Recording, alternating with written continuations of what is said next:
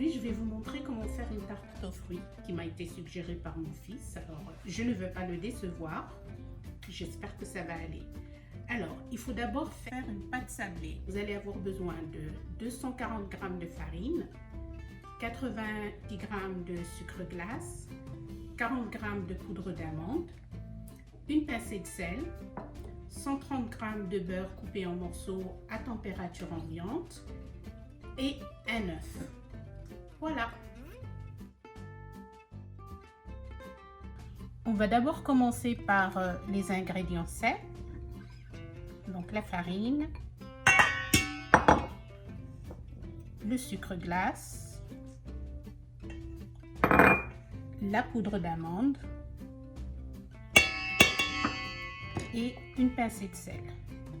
Voilà, une pincée de sel. Donc je mélange bien mes ingrédients à la main.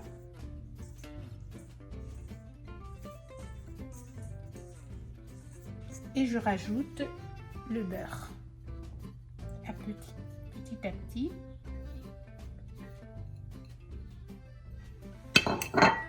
Maintenant, avec les mains, je vais sabler la pâte. Alors, vous y allez comme ça. Ça va prendre du temps.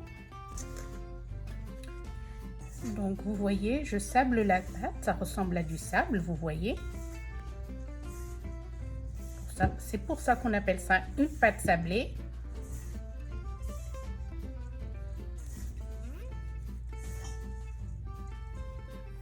Regardez.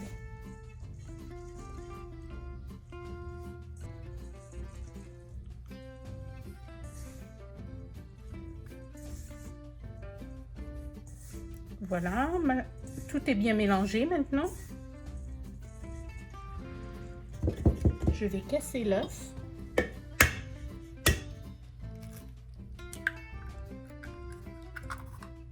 Et je mélange à la pâte.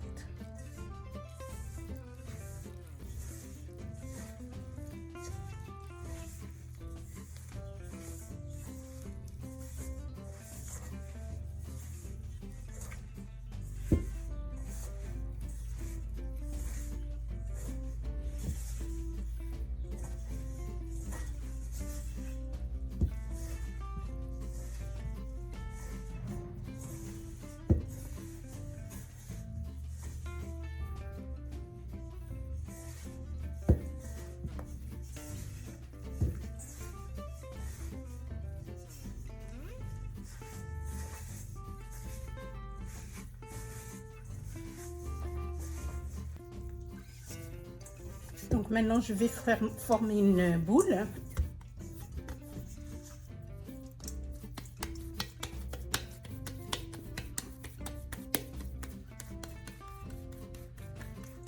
Voilà. Et je vais la mettre dans le film alimentaire.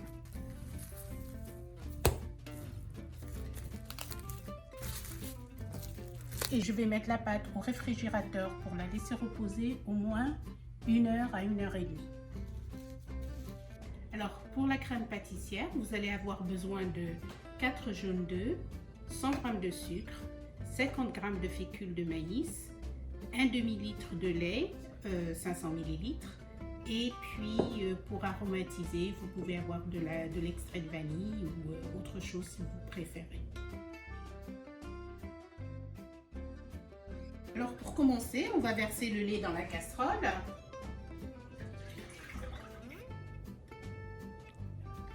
Ensuite, on va verser la moitié du sucre à peu près dans la casserole aussi.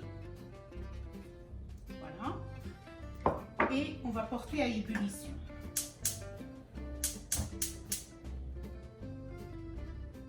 Alors le sucre au fond de la casserole permet au lait de ne pas accrocher, forme un petit sirop. Je sépare le blanc des jaunes.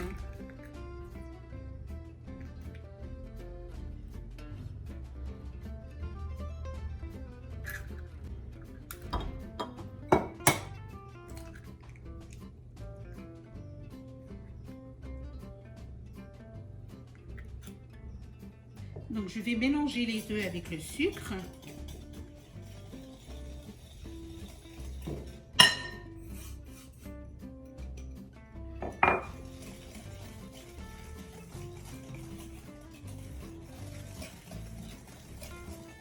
ensuite ajouter la fécule de maïs. Il faut faire attention parce que c'est très très fin et on peut en respirer facilement.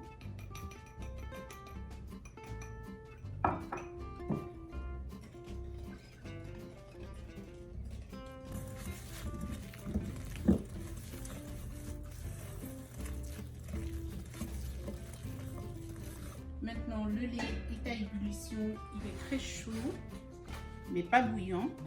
Je vais rajouter un petit peu de lait et je continue à mélanger. Petit à petit.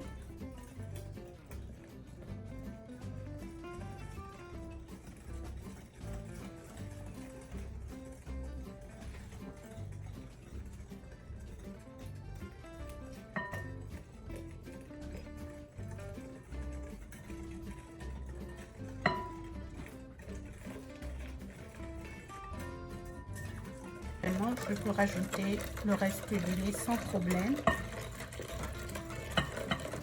Et vous allez voir que le fond de ma casserole est presque propre. Maintenant, je vais remettre le contenu dans la casserole pour le faire cuire.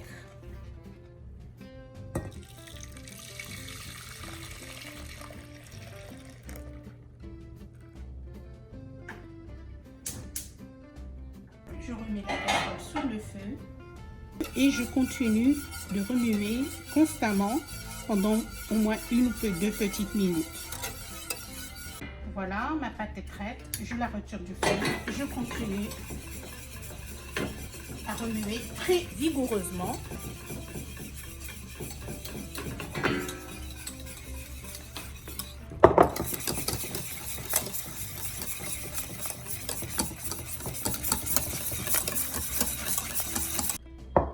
Alors, maintenant, je vais mettre la crème pâtissière dans un contenu, comme ça.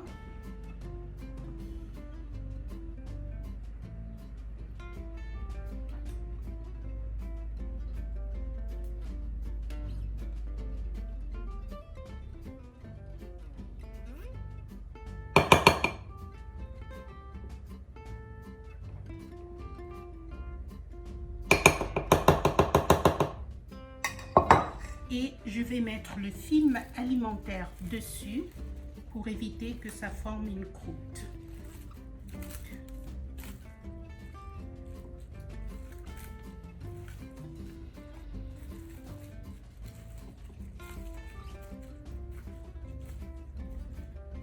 Voilà.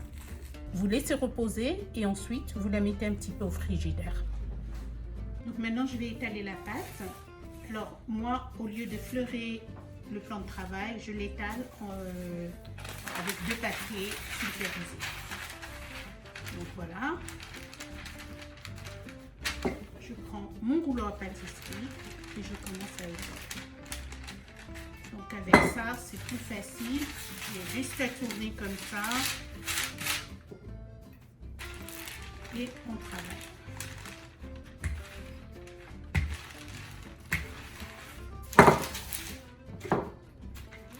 Alors, si vous n'avez pas de papier sulfurisé, je vais vous montrer la bonne vieille méthode.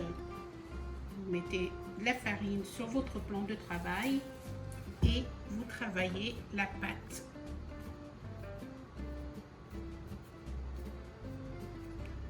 Alors, vous l'aplatissez bien d'abord. Essayez de former un cercle.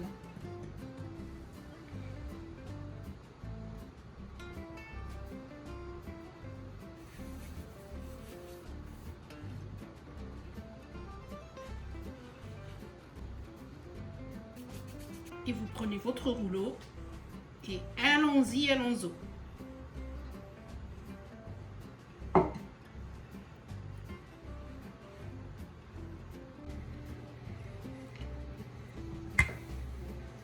Voilà, maintenant le plus difficile c'est de mettre la pâte dans le moule à tarte. Donc on va essayer de faire comme ça. Et je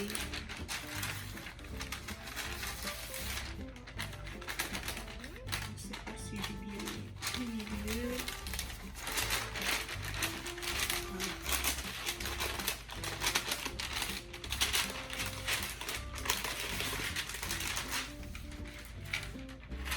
Donc si c'est coupé, c'est pas grave parce que vous pouvez le remettre à l'intérieur et vous la travaillez.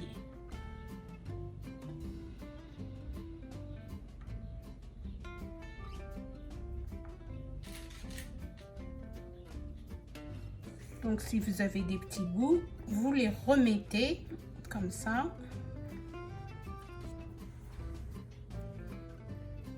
Et on appuie tout doucement.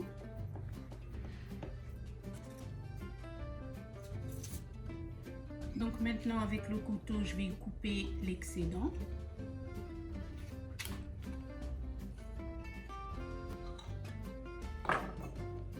Je vais maintenant mettre la pâte dans le frigidaire pendant 20 minutes.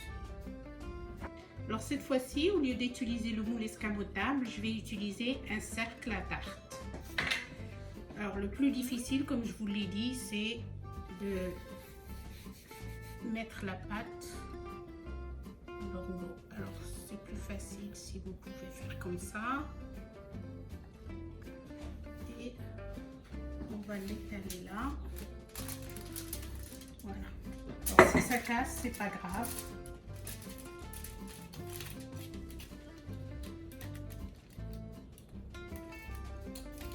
Donc, comme la pâte a cassé, je vais recoller les morceaux.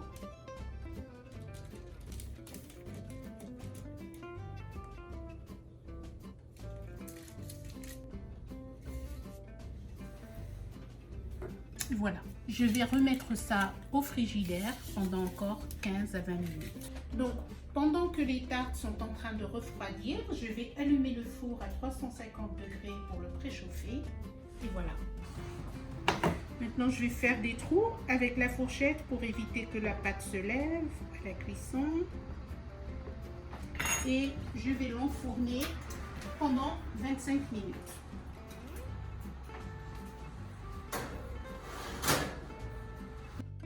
Alors, je vais sortir ma pâte du four, ça fait 25 minutes qu'elle est là. Et voilà.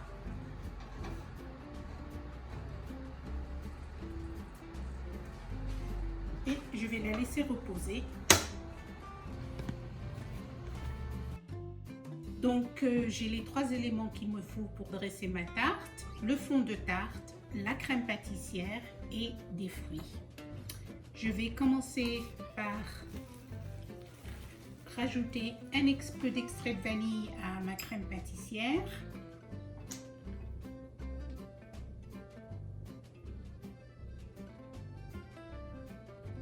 Et je vais fouetter vigoureusement.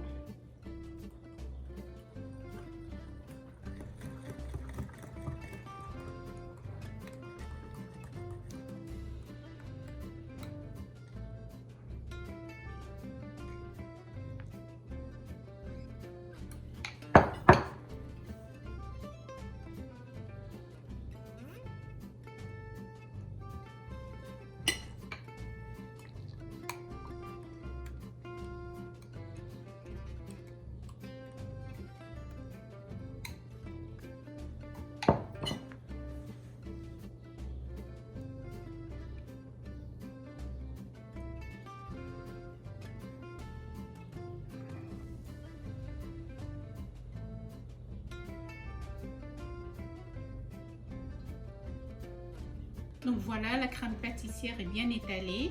Je vais maintenant passer au coupage des fruits. Je vais commencer par couper les fraises. Et c'est très important d'avoir des fraises de même taille, mais ce n'est pas évident.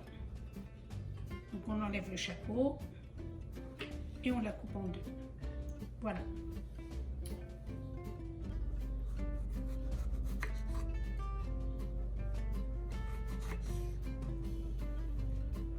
Donc, mes fraises sont coupées. Je vais maintenant les placer tout autour de la tarte et je vais les placer comme ça. Voilà.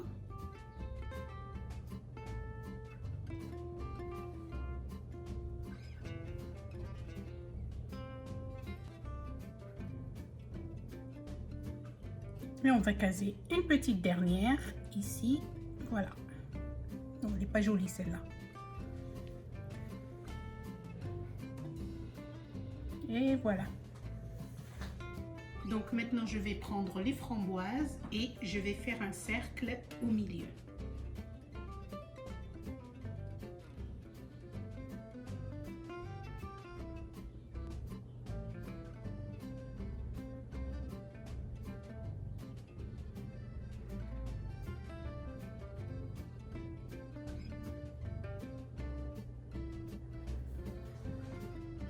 Donc voilà, maintenant je vais peut-être essayer de mettre les murs.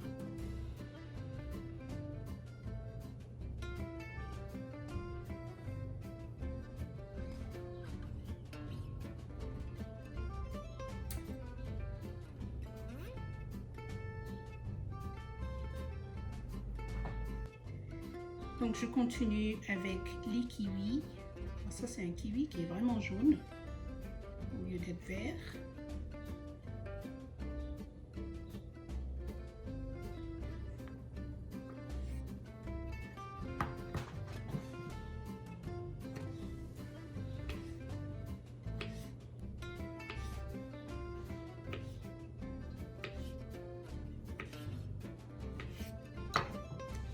Et on va le placer entre les murs et les framboises.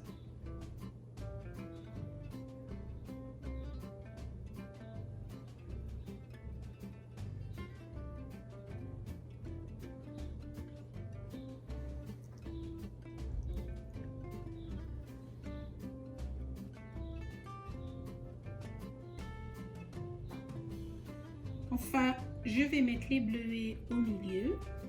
Les myrtilles. Et puis on va mettre quelques-uns ici autour, dans les petits trous pour faire de la couleur.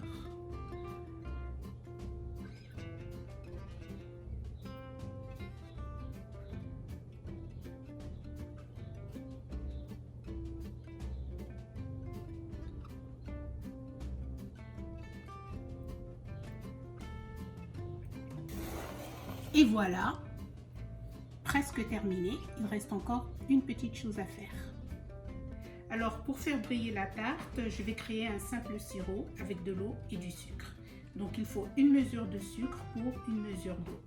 120 g de sucre et 120 ml d'eau. Je verse le sucre dans l'eau et je le mets sur le feu pour créer un sirop.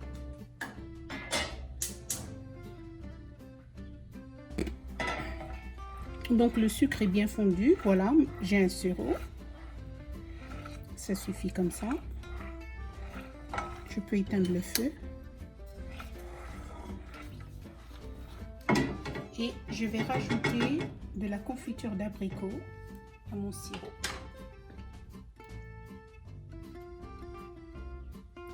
Deux cuillères.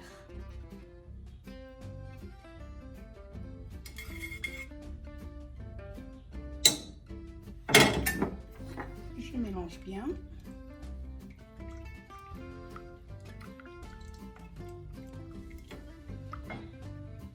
Je vais maintenant passer le sirop à la passoire.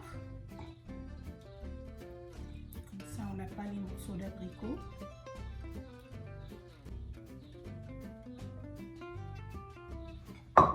Et avec la spatule, je fais passer. Donc, je vais laisser tiédir. Le sirop est tiède. Vous pouvez rajouter 5 g de gélatine, un petit paquet. Voilà.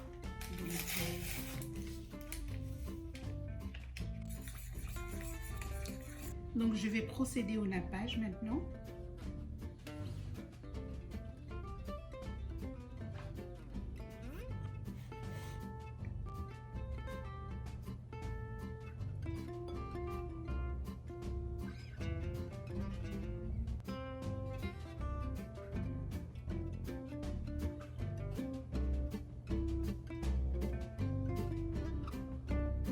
Regardez comme elle est belle. Il ne reste plus qu'à la démouler et à la déguster.